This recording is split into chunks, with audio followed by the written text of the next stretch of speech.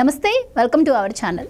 Journalism అంటే ప్రస్తుత కాలంలో సెన్సేషన్కు పర్యాయపదంగా మారిపోయింది. నిజమా అబద్ధమా అన్నది కాకుండా తాము చెబుతున్న దానిలో సెన్సేషన్ ఉందా లేదా అని మాత్రమే ఈ కాలం జర్నలిస్టులు చూస్తున్నారు. ఇలాంటి జర్నలిజాన్ని గుర్తించిన చాలామంది నేతలు జాగ్రత్తగానే ఉంటున్నారు. అయితే కాస్తంత అజాగ్రత్తగా ఉంటున్న నేతలు మాత్రం ఇలాంటి జర్నలిస్టుల బొట్టలో చిక్కుకొని నానా తంటాలు పడుతున్నారు.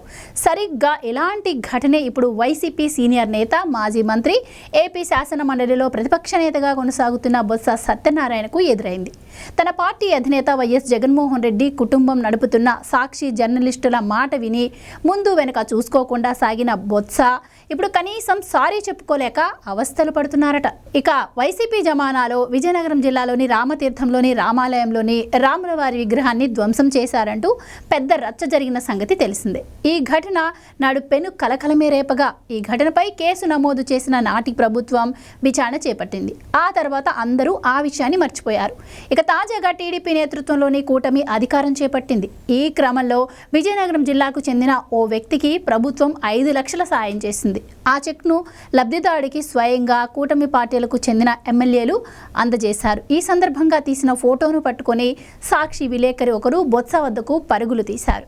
ప్రభుత్వం 5 లక్షల సాయం చేసిన వ్యక్తి రామతీర్థం రాములవారి విగ్రహాన్ని ధ్వంసం చేసిన నిందితుడని ఆ విలేకరి బొత్సకు చెప్పారట. సదరు విలేకరిపై నమ్మకమో లేదంటే సాక్షి అంటే భక్తో తెలియదు కానీ ఆ విషయాన్ని గుడ్డిగా నమ్మేశారు. ఇంకేముంది, ప్రభుత్వం తనకు దొరికింది అంటూ ప్రెస్ మీట్ పెట్టేశారు.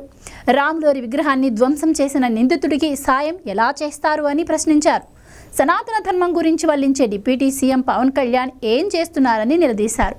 ఆపై ఇంటికి వెళ్ళిపోయారు. బొత్స చెప్పిన విషయాలు విన్నవారంతా నిజమా అంటూ నొసలు చిట్లించారు. కూటమి నేతలతో పాటు ప్రభుత్వ పెద్దలు బొత్స ఆరోపణలను కాస్తంత సీరియస్గానే పరిగణించారు. సర్కారు సాయంపై వివరాలను బయటికి తీశారు.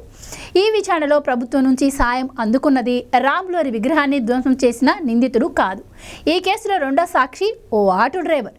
ఈ విషయంపై పూర్తిగా వివరాలు తెలుసుకోకుండానే సాక్షి విలేకరి బొత్సను ఉసిగొలపడం, బొత్స క్రాస్ చెక్ చేసుకోకుండానే బరిలోకి దిగిపోవడం, ప్రభుత్వాన్ని లెఫ్ట్ అండ్ రైట్ వాయించేయడం చకచకా జరిగిపోయాయి. ఇప్పుడు అసలు విషయాన్ని వెల్లడించిన హోంమంత్రి వంగలపూడి అనిత ఇదేం పద్ధతి బొత్స గారు అంటూ నిలదీశారు.